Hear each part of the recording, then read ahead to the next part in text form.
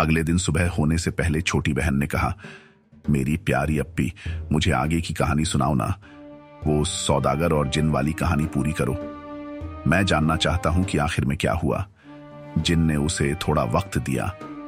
ओ जिन्नातों के बादशाह, मेरी आपसे गुजारिश है कि आप अपना गुस्सा छोड़ दें और मेरी कहानी ध्यान से सुने, जिसमें मेरे साथ मेरी यह प्यारी सी हिरनी भी थी। अगर आपको मेरी कहानी पसंद आई तो जिस सौदागर को आप मारना चाहते हैं उसकी सजा का तीसरा हिस्सा मुझे दे दीजिएगा। मंजूर है आपको? ठीक है, जल्दी जल्दी सुनाओ। जिस हिरनी को आप मेरे साथ देख रहे हैं ये मेरी बीवी है। हम दोनों के अपने बच्चे नहीं थे, इसलिए मैंने अपनी पसंदीदा गुलाम के बच्चे को गोद ले लिया और इस तरह वह मेरा वारिस भी बन गया। हालांकि मेरी यह बीवी उस बच्चे और उसकी मां को पसंद नहीं करती थी।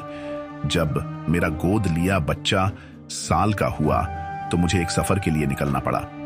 जाने से पहले मैंने अपनी बीवी को कहा कि इन दोनों का ख्याल रखना और मेरी गैर मौजूद में इन दोनों को कोई तकलीफ नहीं होनी चाहिए, ये ख्याल रखना। लेकिन मेरी बीवी को जादू करना आता था। उसने मेरे गोद लिए बच्चे को बकरी का बच्चा बना दिया और उसकी मां को एक बकरी और उन दोनों को उसने एक गडरिया को सौंप दिया। कहां हो तुम लोग? मैंने वापस आने के बाद अपने गोद लिए बच्चे और उसकी मां के बारे में पूछा। तुम्हारी गुलाम तो मर गई और तुम्हारा बेटा भी कहीं चला गया है। मुझे कुछ नहीं पता वह कहां गया है। मैंने उन्हें हर जगह ढूंढा लेकिन वह मुझे कहीं नहीं मिले। एक दिन मैंने कुर्बानी देने के लिए गडरिया से एक बकरी मांगी। वह बकरी ले आया। वह बकरी कोई और नहीं, मेरी बदकिस्मत गुलाम थी। जाओ कोई दूसरी बकरी लेकर आओ। क्यों, इतनी अच्छी मोटी ताजी तो है। यह उसे खुश करने के लिए मैंने दोबारा कोशिश की। तुम ही जाकर इसे कुर्बान कर दो, मुझसे नहीं। गडरिया ने उसे मार दिया, लेकिन मारने के बाद मांस का नामो निशान नहीं था, सिर्फ हड्डियां निकली। अरे सुनो गडरिया, अगर तुम्हारे पास कोई मोटी ताजी बकरी है तो जाकर उसे लेकर आओ। फिर वह गडरिया मेरे बच्चे को ले आया। जैसे ही उसने मुझे देखा उसकी आंखों से आंसू निकलने लग गए। वह आंसू देखकर मैं बहुत जज्बाती हो उठा। ले जाओ इस बकरी का बच्चा को, इसकी जगह दूसरी बकरी लेकर आओ। इसी की कुर्बानी करो। ये काफी अच्छा और हट्टी कट्टी है, इससे अच्छा और कोई नहीं मिलेगी। मेरी मानो तो इसी की कुर्बानी दो। क्या तुमने देखा नहीं, जिस पहली बकरी की हमने कुर्बानी दी उसमें जरा सा भी मांस नहीं था, सिर्फ हड्डियां नजर आई। उसकी जान लेकर मुझे बहुत अफसोस हो रहा है। इसीलिए इस बार मैं तुम्हारी एक नहीं सुनने वाला हूं। मैं तुम्हें इस बकरी के बच्चे की जान नहीं लेने दूंगा। इसके बाद वह गडरिया उस बकरी के बच्चे को अपने साथ ले गया। दूसरे दिन गडरिया ने कहा, वह मुझसे अकेले में बात करना चाहता है। मालिक, मुझे आपको एक बुरी खबर देनी है, लेकिन आपको यह सुनना जरूरी है। बोलो। मैं सुन रहा हूं मालिक। मेरी बेटी को जादू आता है।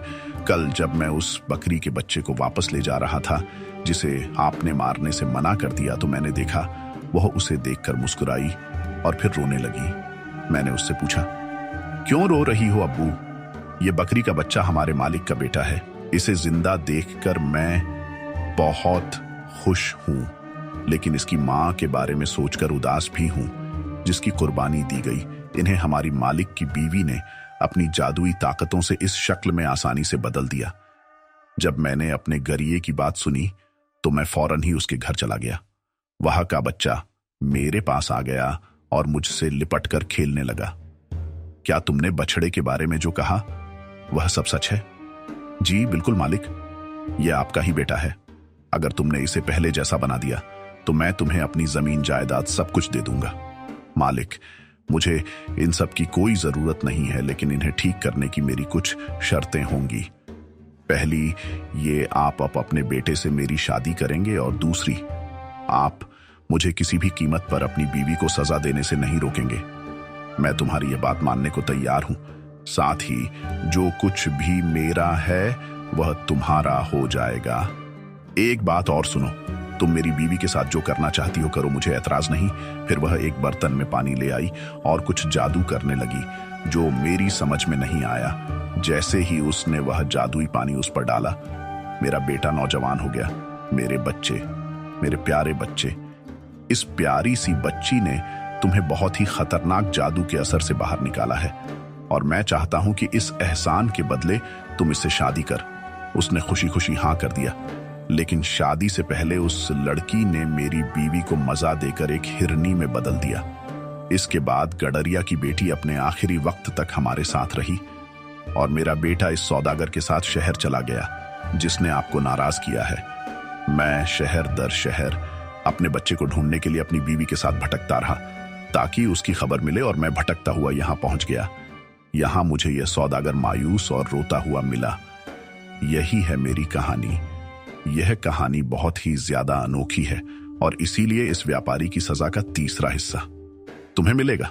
मंजूर है तुम्हें मैं आपको बताता हूं कि मेरे साथ क्या हुआ और मुझे यकीन है कि आपको मेरी कहानी सब कहानियों से अच्छी लगेगी, उससे भी अच्छी जो इन्होंने अभी अभी सुनाई।